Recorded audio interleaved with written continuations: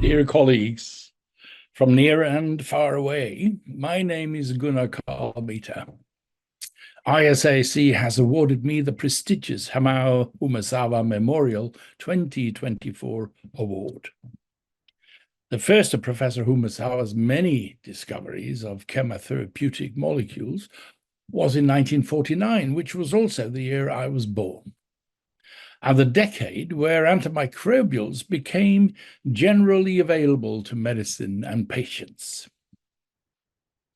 Clinical microbiology has been my home since 1971, and for more than 50 years, my working hours and much of my private time have been filled with issues related to antimicrobials.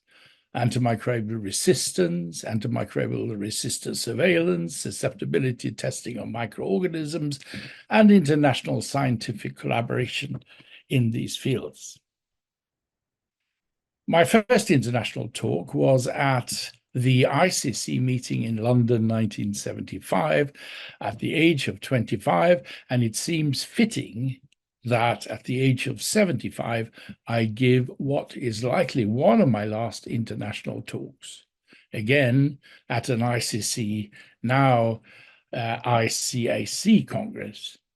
In London, the inauguration speech at the Royal Albert Hall was delivered by Ernst Chain, and the picture of Professor Chain on the podium has been with me since then. Prominent ISC colleagues in 1975 were Alistair Geddes and J.D. Williams.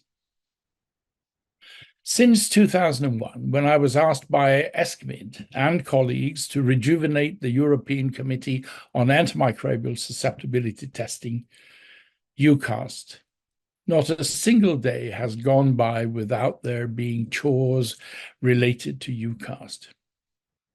It has been a pleasure and an honor, and it has provided me with friendship and collaboration with colleagues all over the world.